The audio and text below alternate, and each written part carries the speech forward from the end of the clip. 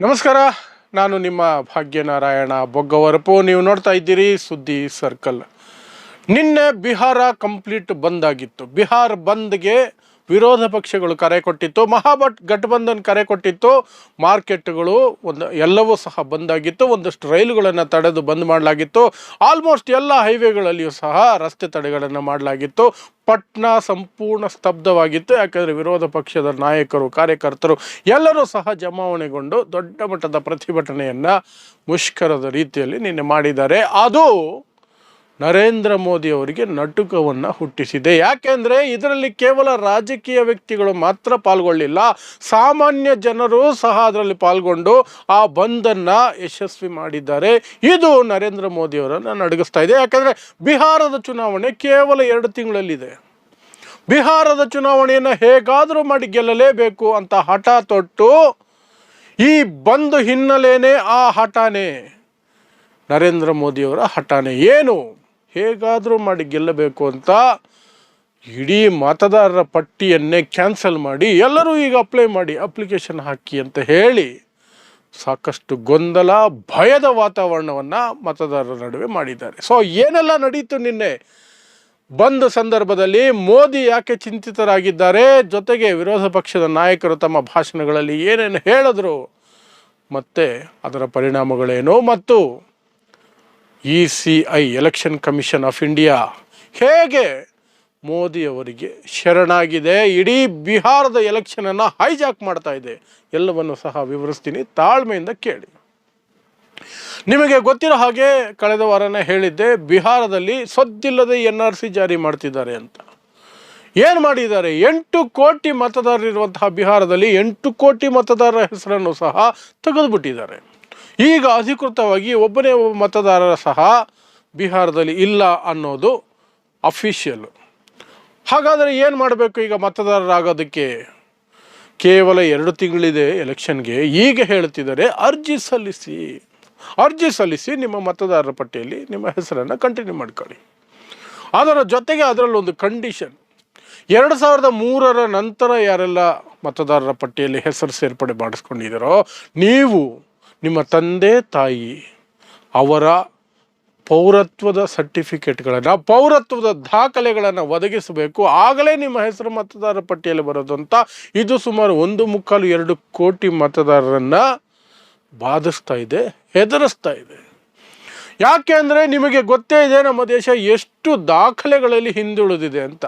ಅದರಲ್ಲೂ ಬಿಹಾರ, ಅದರಲ್ಲಿ ಇವತ್ತಿಗೂ ಸಹ ಸಾಕ್ಷರತೆ 60-65%ಅಲ್ಲಿದೆ. ಅವ್ರ ಹತ್ರ ಹೋಗಿ ಅವರ ಡಾಕ್ಯುಮೆಂಟ್ ಅಲ್ಲ, ಅವರ ಅಪ್ಪ ಹುಟ್ಟಿದ್ದು, ಅವರಪ್ಪ ಭಾರತೀಯ ಅನ್ನೋದಕ್ಕೆ ಪ್ರಮಾಣ ಪತ್ರಗಳು ಬೇಕಂತೆ, ದಾಖಲೆಗಳು ಬೇಕಂತೆ, ಅವ್ರ ತಾಯಿದೂ ಬೇಕಂತೆ, ತಂದೆ ತಾಯಿ ಇಬ್ಬರದು ಬೇಕಂತೆ, ಇಬ್ಬರು ಭಾರತೀಯರು ಅಂತ ನಿರೂಪಿಸಿ ನೀವು ಅರ್ಜಿ ಸಲ್ಲಿಸಬೇಕು.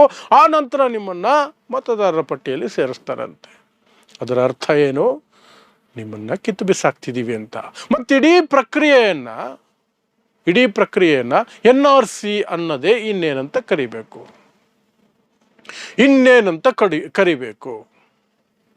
ಅದನ್ನು ಮತದಾರರ ಪಟ್ಟಿ ಪರಿಷ್ಕರಣೆ ಅಂತ ಬೇರೆ ಹೆಸರಿಟ್ಟು ಸೈಲೆಂಟಾಗಿ NRC ಮಾಡ್ತಿದ್ದಾರೆ, ಸೈಲೆಂಟಾಗಿ. ಸೊ ಅದು ಒಂದಾದರೆ, ಅದರ ವಿರುದ್ಧ ವಿಪಕ್ಷಗಳು, ಬಿಹಾರದ ವಿಪಕ್ಷಗಳು, RJD, ಕಾಂಗ್ರೆಸ್, ಕಮ್ಯುನಿಸ್ಟು ಎಲ್ಲ ಮಹಾಗಠಬಂಧನ್ ಅಂತ ಏನು ಕರ್ಕೊಳ್ತಾರೆ, ಇಂಡಿಯಾ ಬ್ಲಾಕ್ ಅಂತ ನ್ಯಾಷನಲ್ ಲೆವೆಲಲ್ಲಿರೋದು, ಅದು ನಿನ್ನೆ ಬಂದ್ಗೆ ಕರೆ ಕೊಟ್ಟಿತ್ತು. ಇಡೀ ರಾಜ್ಯದಲ್ಲಿ ಬಂದಾಯಿತು. ಆಲ್ಮೋಸ್ಟ್ ಎಲ್ಲ ಮಾರ್ಕೆಟ್ಗಳು ಬಂದಾಗಿದ್ವು. 7ರಿಂದ 8 ರೈಲುಗಳನ್ನು ತಡೆದು ಇವರೆಲ್ಲ ಅದಕ್ಕೆ ಒಂದಷ್ಟು ಪ್ರತಿಭಟನೆಗಳನ್ನು ಮಾಡಿದ್ರು. ಸಾಕಷ್ಟು ಕಡೆ ಸಣ್ಣ ಪುಟ್ಟ ಹಿಂಸಾತ್ಮಕ ಘಟನೆಗಳು ನಡೆದಿದೆ. ಈ ಬೆಂಕಿ ಹಾಕೋದು, ಟೈರ್ಗಳು ಸುಡೋದು, ಇದಂತೂ ಇಡೀ ರಾಜ್ಯದಲ್ಲೇ ನಡೆದಿದೆ. ಪಟ್ನಾದಲ್ಲಿ ದೊಡ್ಡ ಮಟ್ಟದಲ್ಲಿ ನಡೆದಿದೆ. ಪಟ್ನಾ ಆಲ್ಮೋಸ್ಟ್ ವಿರೋಧ ಪಕ್ಷದ ನಾಯಕರು, ಕಾರ್ಯಕರ್ತರು, ಜನರಿಂದ ತುಂಬಿ ಹೋಗಿತ್ತು. ಅಂತಹ ವಾತಾವರಣವೂ ಸಹ ಸೃಷ್ಟಿಯಾಗಿದೆ. ಮತ್ತು ಹೈವೇಗಳನ್ನು ಬಂದ್ ಮಾಡೋದು ಅಥವಾ ರಸ್ತೆ ತಡೆಗಳು ಎಲ್ಲ ಕಡೆ ನಡೆದಿದೆ, ಇಡೀ ರಾಜ್ಯದಲ್ಲೇ ನಡೆದಿದೆ, 16 ಕಡೆ ನಡೆದಿದೆ. ಇದರ ನಡುವೆ ಈ ವಿಚಾರವಾಗಿ ವಿಪಕ್ಷದ ನಾಯಕರು, ಬಿಹಾರದ ವಿಪಕ್ಷದ ನಾಯಕ ತೇಜಸ್ವಿ ಯಾದವ್ ಮತ್ತು ಕಾಂಗ್ರೆಸ್ ನಾಯಕ ರಾಹುಲ್ ಗಾಂಧಿ ಅಬ್ಬರದ ಭಾಷಣಗಳನ್ನು ಮಾಡಿದ್ರು. ಆ ಭಾಷಣದಲ್ಲಿ ಏನು ಮಾತಾಡಿದ್ರು ಅನ್ನೋದನ್ನು ಹೇಳ್ತೀನಿ. ಭಾಷಣ ಹಿಂದಿಯಲ್ಲಿರೋದ್ರಿಂದ ಕಾರ್ಯಕ್ರಮದ ಕೊನೆಯಲ್ಲಿ ಹಾಕಿರ್ತೀನಿ, ನಿಮಗೆ ಹಿಂದಿ ಅರ್ಥ ಆಗುತ್ತೆ, ಅಥವಾ ಆಸಕ್ತಿ ಇದ್ದರೆ ಅದನ್ನು ಕೊನೆಯಲ್ಲಿ ನೋಡ್ಕೊಳ್ಳಿ. ಈಗ ಕೇವಲ ಅವರ ಅಂಶಗಳನ್ನು ನಾನು ಹೇಳ್ತೀನಿ. ರಾಹುಲ್ ಗಾಂಧಿ ಹೇಳಿದ್ರು, ಮೊದಲಿಂದ ಹೇಳ್ತಾ ಇರೋ ಮಾತೇನೆ, ಅವರು ಸಂವಿಧಾನವನ್ನು ಮುಗಿಸೋದಕ್ಕೆ ಪ್ರಯತ್ನ ಮಾಡ್ತಿದ್ದಾರೆ, ಈ ಸಂವಿಧಾನದ ಆಶಯಗಳಿಗೆ ವಿರುದ್ಧವಾಗಿ ಕೆಲಸ ಮಾಡ್ತಿದ್ದಾರೆ. ಮಹಾರಾಷ್ಟ್ರದಲ್ಲಿ ಕಳ್ಳದಾರಿಯಲ್ಲಿ ಕಳ್ಳಾಟ ಆಡಿ ಮತದಾರರ ಪಟ್ಟಿಯಲ್ಲಿ ಕೈ ಆಡಿಸಿ ಅವರು ಅಧಿಕಾರವನ್ನು ಪಡ್ಕೊಂಡ್ರು. ಮಹಾರಾಷ್ಟ್ರ ಚುನಾವಣೆಯಲ್ಲಿ ಅದೇ ಕೆಲಸವನ್ನು ಮತ್ತೆ ಬಿಹಾರದಲ್ಲಿ ಮಾಡೋಕ್ಕೆ ನೋಡ್ತಿದ್ದಾರೆ. ಆದರೆ ಅಲ್ಲಿ ಯಾಮಾರದಂಗೆ ನಾವು ಇಲ್ಲಿ ಯಾಮಾರೋದಿಲ್ಲ, ಇಲ್ಲಿ ಅದಕ್ಕೆ ಅವಕಾಶ ಕೊಡೋದಿಲ್ಲ ಅಂತೆಲ್ಲ ಹೇಳಿ ಅಬ್ಬರದ ಭಾಷಣವನ್ನು ಮಾಡಿದ್ರು. ಅದೇ ರೀತಿ ತೇಜಸ್ವಿ ಯಾದವ್ ಸಹ ಅದೇ ಮಾತುಗಳನ್ನು ಹೇಳಿದ್ರು. ಈ ಬಡವರ ಹಕ್ಕುಗಳನ್ನು ಕಿತ್ಕೊಳ್ಳುವಂತಹ ಪ್ರಯತ್ನ ಇದು. ಎಲ್ಲಿಂದ ತರ್ತಾರೆ ಡಾಕ್ಯುಮೆಂಟ್ಸು? ಇಲ್ಲಿ ಅಸ್ತಿತ್ವದಲ್ಲೇ ಇಲ್ಲದೆ ಇರುವಂತಹ ಸರ್ಟಿಫಿಕೇಟ್ಗಳನ್ನು ಕೇಳ್ತಿದ್ದಾರೆ. ಅವುಗಳನ್ನು ಎಲ್ಲಿಂದ ಒದಗಿಸ್ಬೇಕು?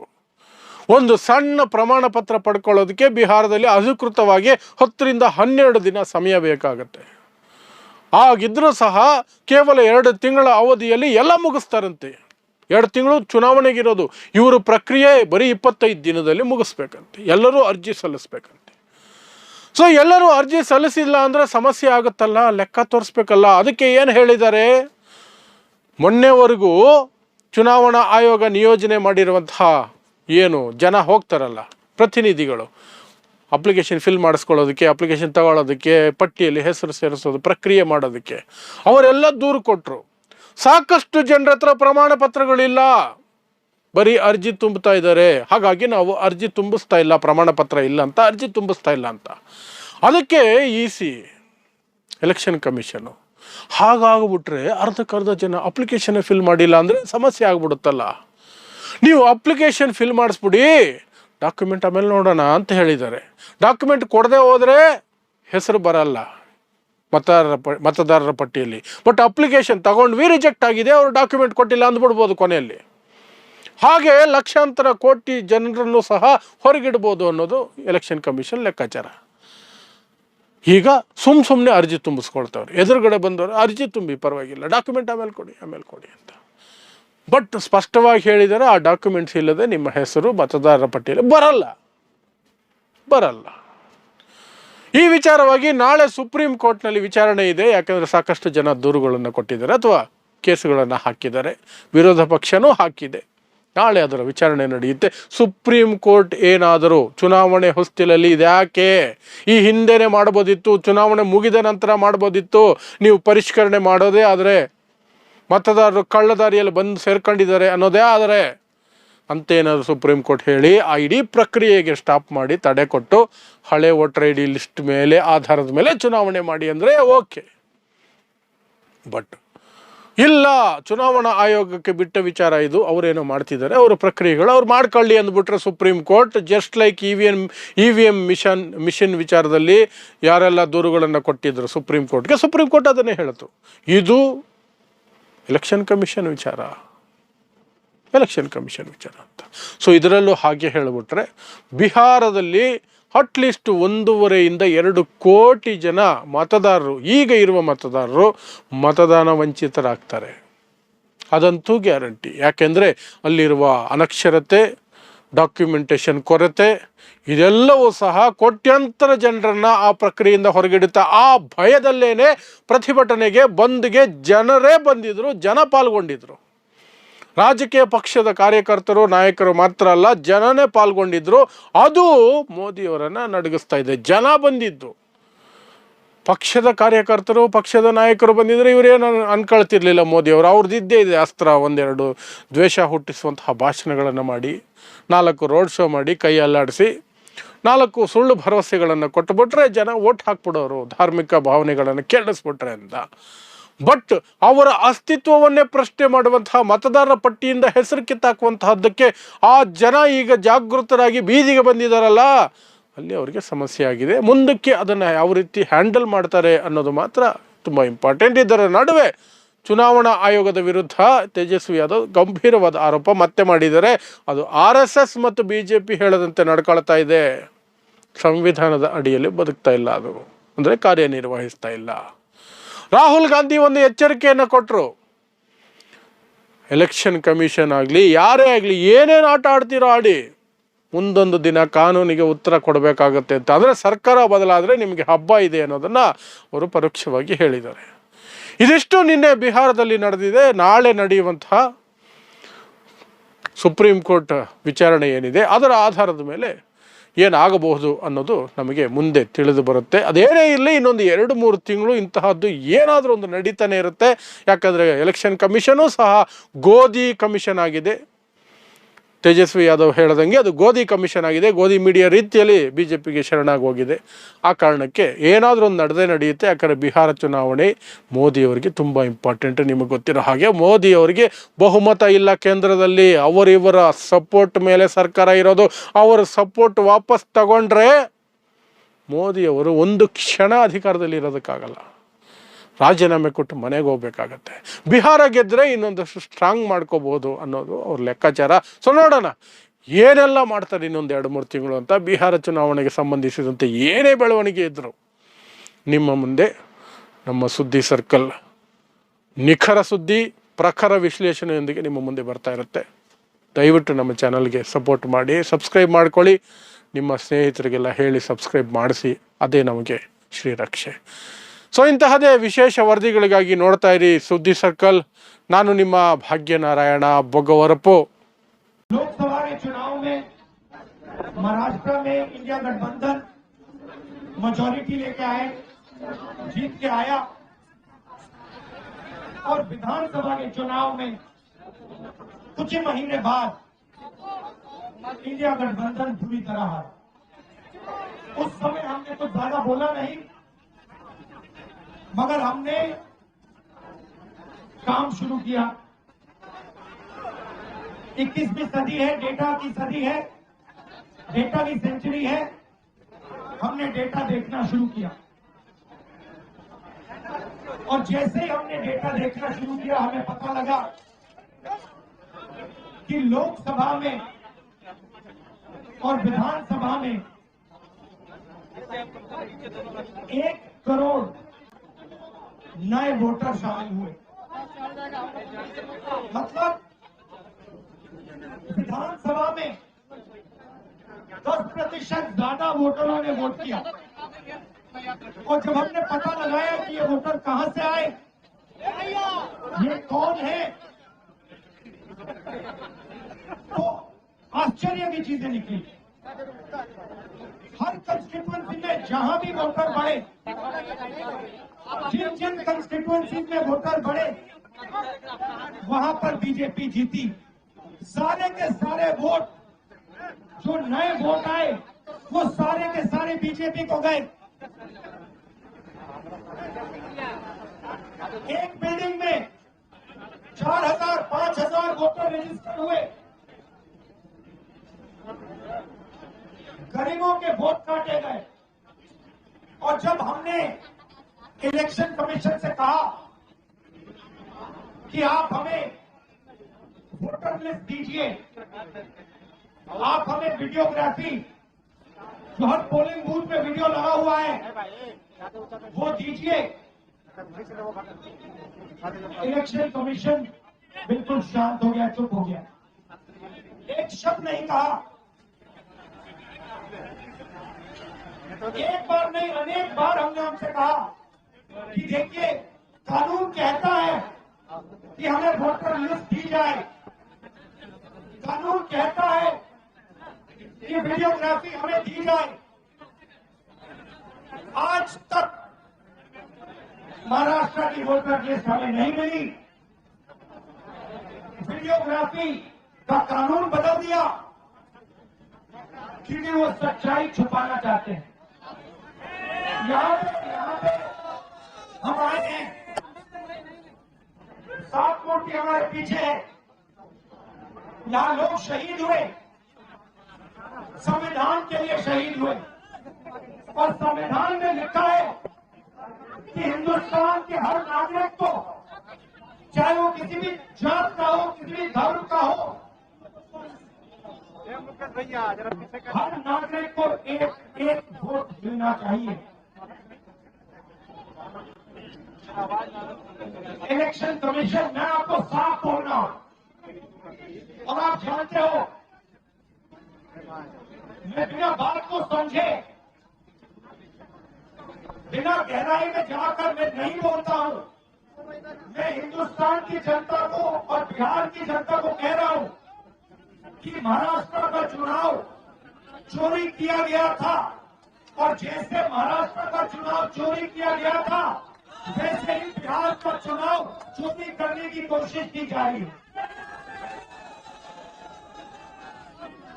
देखिए, उन्हें पता लग गया कि हमने महाराष्ट्र मॉडल समझ लिया है, इसीलिए वो हम नया बिहार मॉडल लाए हैं। और मैं आपको साफ बताना चाहता हूं